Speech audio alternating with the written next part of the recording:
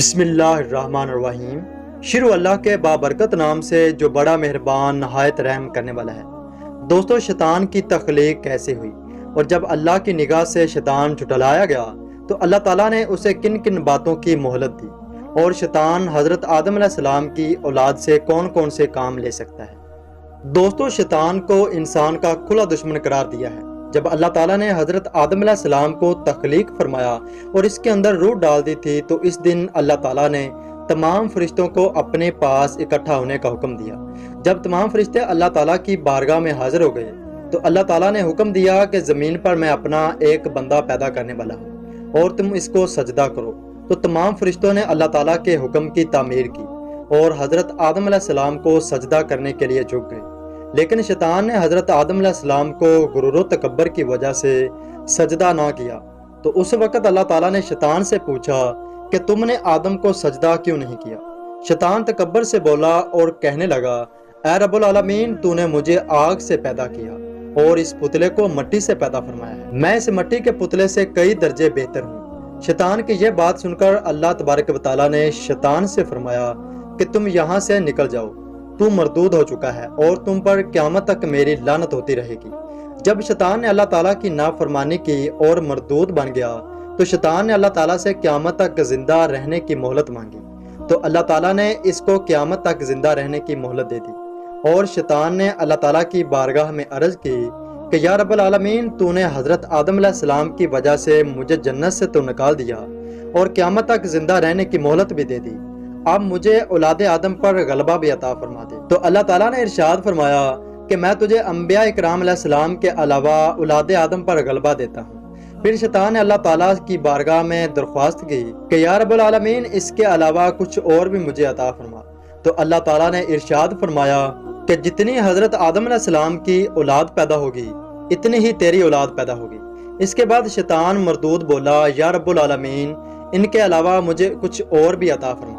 تو اللہ تعالیٰ نے ارشاد فرمایا کہ انسانوں کے سینوں پر تیرا مسکن ہوگا اور تو ان کے جسم میں خون کی طرح گردش کرے گا۔ اس کے بعد شیطان مردود نے کہا کہ اے رب العالمین، کچھ اور بھی عطا فرما۔ تو اللہ تعالیٰ نے شیطان سے ارشاد فرمایا کہ تو لوگوں کو حرام کاموں میں مبتلا کر کے حرام اولاد کا حقدار بنائے گا اور لوگوں کو حرام کاری کے اسباب مہیا کرے گا جو اسلام کے خلاف ہے، اور تو لوگوں کو گندی گفتگو، برے افعال اور جھوٹے مذاہب کے اندر مبتلا کر کے گمراہ کرے گا۔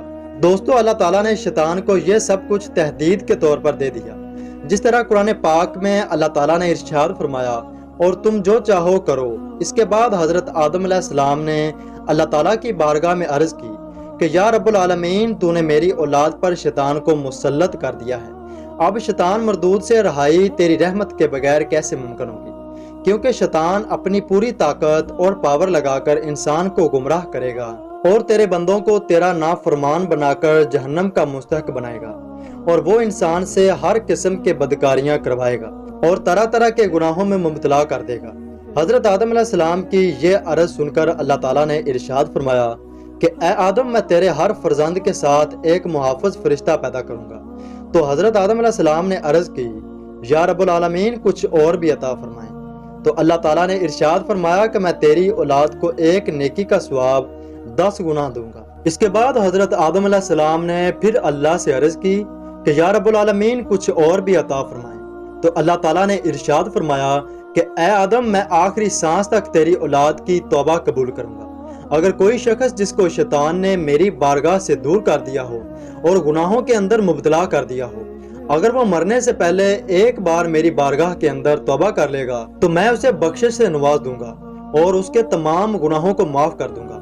اس پر حضرت آدم علیہ السلام نے عرض کی کہ یا رب العالمین، یہ میرے لیے کافی ہے۔ اس کے بعد شیطان مردود نے اللہ تعالیٰ کی بارگاہ میں عرض کی کہ یا رب العالمین، تو نے آدم کی اولاد کو نبی عطا کیے اور ان نبیوں پر کتابیں نازل کیں، میرے رسول اور کتابیں کیا ہوں گی؟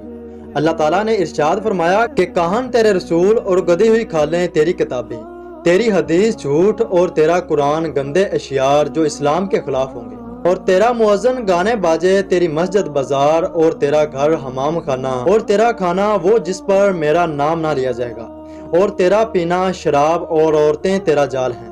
یہ سب کچھ ملنے کے بعد شیطان نے اللہ کی بارگاہ میں عرض کی کہ یا رب العالمین میں ضرور تیرے بندوں کو تیری راہ سے بھٹکاؤں گا اور تیرا نافرمان بنا کر بہت سے گناہوں میں مبتلا کر دوں گا۔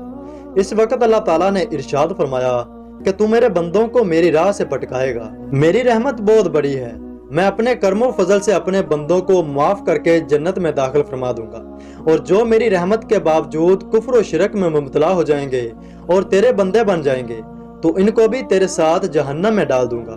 جو مجھے چھوڑ کر تیرے پیروکار بن جائیں گے تو ان کا انجام تیرے ساتھ جہنم کے اندر ہی ہوگا۔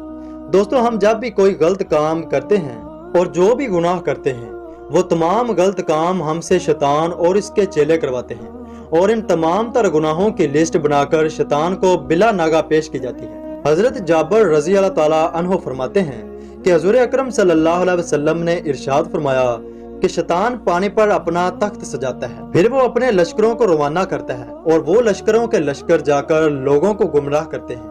ان شیطانی لشکروں میں سب سے زیادہ مقرب وہ شیطان ہوتا ہے جو سب سے زیادہ گمراہ کن ہو۔ اس طرح تمام شیطانی لشکر جب لوگوں کو گمراہ کر کے واپس آتے ہیں تو ان میں ایک شیطان کے پاس آتا ہے اور شیطان کو بتاتا ہے کہ آج میں نے یہ گناہ کروائے ہیں، یعنی میں نے آج فلاں سے بدکاری کروائی اور فلاں کو گمراہ کیا اور فلاں سے چوری کروائی اور فلاں سے جھوٹ بلوایا۔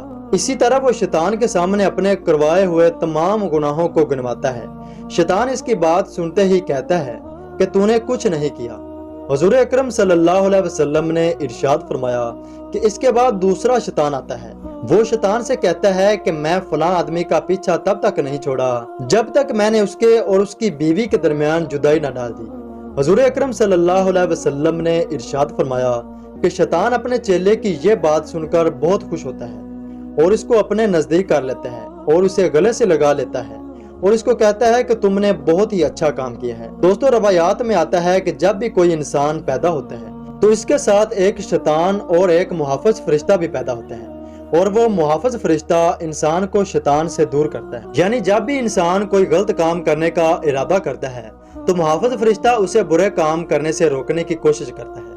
ایک روایت کے مطابق روزانہ عصر کی نماز کے بعد شیطان اپنا تخت سمندر پر بچھاتا ہے اور تمام شیاطین وہاں پر جمع ہوتے ہیں، اور پورے دن میں کروائے ہوئے گناہوں کی لسٹوں کو شیطان کے سامنے رکھا جاتا ہے اور شیطان ان تمام گناہوں کی لسٹوں کا جائزہ لیتا ہے۔